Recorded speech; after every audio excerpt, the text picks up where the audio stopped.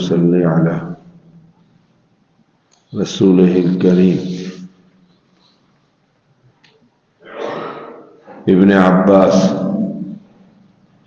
رضی اللہ تعالی عنہما بیان کرتے ہیں رسول اللہ صلی اللہ علیہ وسلم نے مدینہ منورہ میں ظہر اور عصر اور مغرب اور عشاء کی نمازیں جمع کر کے پڑھی، جبکہ بارش تھی نہ کوئی خوف اور خطر۔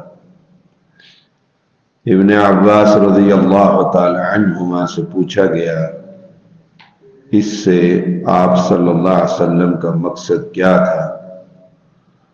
انہوں نے جواب دیا، مقصود امت کو تنگی اور مشقت سے بچانا تھا۔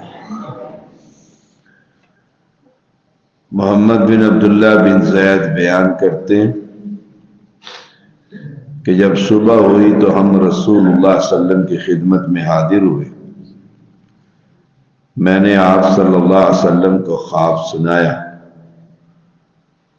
تو آپ صلی اللہ علیہ وسلم نے فرمایا، یقیناً یہ سچا خواب ہے، بلال کے ساتھ کھڑے ہو جاؤ کیونکہ وہ تم سے زیادہ بلند اور لمبی آواز والا ہے، اور جو کچھ تمہیں بتایا گیا اس کو بتاؤ اور وہ اسے اونچی آواز سے پکارے۔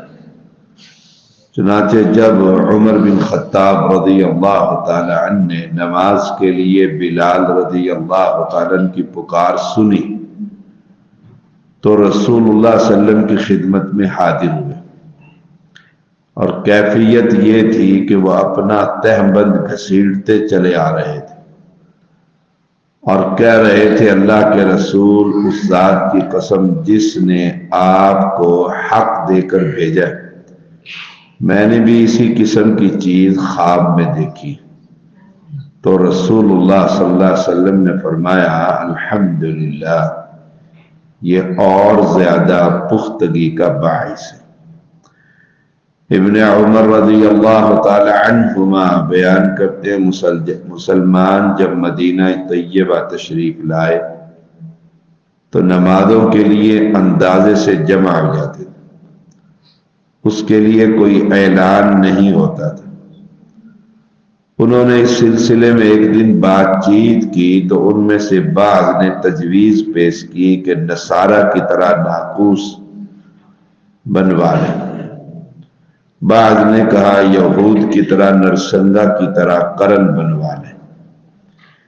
اس پر عمر بن خطاب رضی اللہ تعالیٰ نے تجویز کی کہ تم نماز کا اعلان کرنے کے لیے ایک آدمی مقرر کیوں نہیں کر لیتے؟ تو رسول اللہ صلی اللہ علیہ وسلم نے فرمایا، اے بلال، اٹھو اور نماز کے لیے صدا لگاؤ۔ اس حدیث سے ثابت ہوتا ہے جب مسلمان ہجرت کر کے مدینہ طیبہ پہنچ گئے اور نبی اکرم صلی اللہ علیہ وسلم نے وہاں مسجد بنوا لی جس میں مسلمان نماز باجماعت پڑھنے کے لیے حاضر ہونے لگے، تو ابتدا میں کوئی ایسی صورت سامنے نہیں تھی کہ جس کے ذریعے سے سب مسلمانوں کو ایک وقت پر نماز کے لیے جمع کیا جائے۔ لوگ اپنے طور پر جمع ہو کر نماز کے وقت کا انتظار کرتے تو جو مشقت کا باعث تھا، اس لیے اس مسئلے پر غور و فکر شروع ہوا تو مختلف تجاویز سامنے آئی۔ نبی اکرم صلی اللہ علیہ وسلم نے عمر رضی اللہ تعالیٰ عنہ کی تجویز کو پسند فرمایا اور نماز کے لیے الصلاۃ جامعہ، نماز کے لیے جمع ہو جاؤ کے کلمات سے لوگوں کو آگاہ کیا جانے لگا۔ اس کے کچھ عرصہ بعد اذان کے موجودہ کلمات عمر رضی اللہ تعالیٰ عنہ کو خواب میں سنائے گئے، لیکن وہ کسی سبب سے آپ کے سامنے خواب بیان اپنا نہ کر سکے۔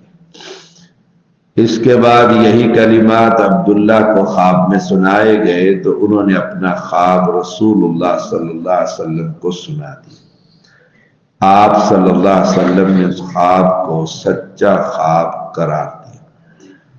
چنانچہ آپ کی تصدیق کی بنا پر یہی کلمات مقرر ہو گئے اور آپ صلی اللہ علیہ وسلم نے اس پر عمل کرنے کا حکم دیا۔ اگر آپ اس خواب کی تصدیق نہ فرماتے تو یہ قابل عمل نہ ہوتا۔ آپ کے علاوہ خواب کی سچائی کا علم کسی اور ذریعے سے نہیں ہو سکتا۔ جو بھی تعبیر ہو وہ محض ظن اور گمان ہے، یقین نہیں، اس لیے خواب دین میں حجت نہیں۔ نبی اکرم صلی اللہ علیہ وسلم نے عبداللہ رضی اللہ تعالیٰ عنہ کو حکم دیا کہ وہ یہ کلمات بلال رضی اللہ تعالیٰ عنہ کو سکھائیں، کیونکہ ان کی آواز شیریں اور بلند تھی۔ بلال رضی اللہ تعالیٰ نے اذان کہی تو عمر رضی اللہ تعالیٰ نے آ کر بھی اپنا خواب سنایا۔ اس سے مزید تاکید حاصل ہوگی۔ اذان اور تکبیر کے کلمات اگرچہ دوسروں کی زبان سے کہلوائے گئے، لیکن آپ صلی اللہ علیہ وسلم کی تصدیق اور حکم کی وجہ سے دین بن گئے۔ رسول اللہ صلی اللہ علیہ وسلم نے اگرچہ خود اذان نہیں دی، تاہم آپ نے ابو محذورہ رضی اللہ تعالیٰ کو خود اذان سکھائی صلی اللہ علیہ وسلم۔